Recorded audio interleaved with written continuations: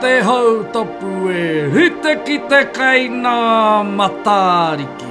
Tapa reirei a koia tapa. Tapa kona nua koi ana tuku ahi au e hi.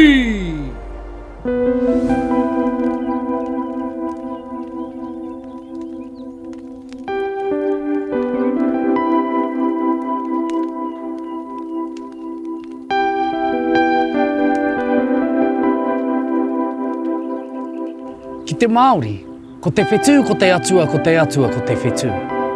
Ka rewa matariki, ka whāngai ngā atua ki te hautapu. Ko te hautapu, te kaitapu i whangai ai ki ngā atua. Engari, he a te take o tēnei tikanga. He aho hoki hei kai mā ngā whetū. Nā matariki ngā mate i ārahi te pō, a nāna ngā hua o te tau i hari mai. Nō reira, he whakamānoa te hautapu ki a matariki me ana tini pi kaunga. Nā te hautapu i orotonu ai te atua nei ki te mahi i tāna mahi.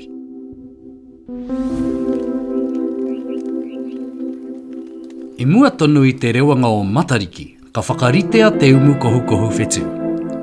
Mutu ana ngā karakia ki a matariki, me te karanga i ngā ingoa o ngā mate, ka hukea ngā umu me te aha, ka rewa te kohu ki te rangi, hei whakakaha i ai anō.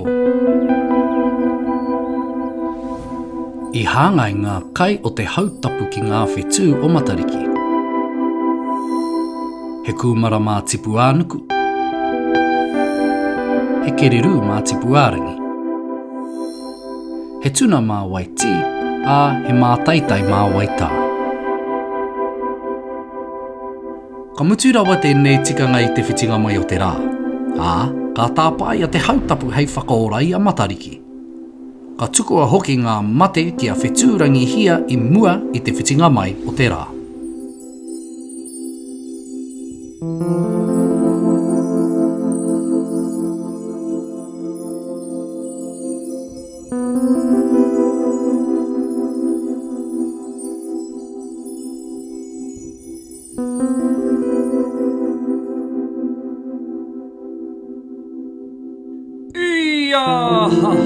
Ihika tū te ihi ka tū te wana. Ki runga i te rangi e tū i honei, hi!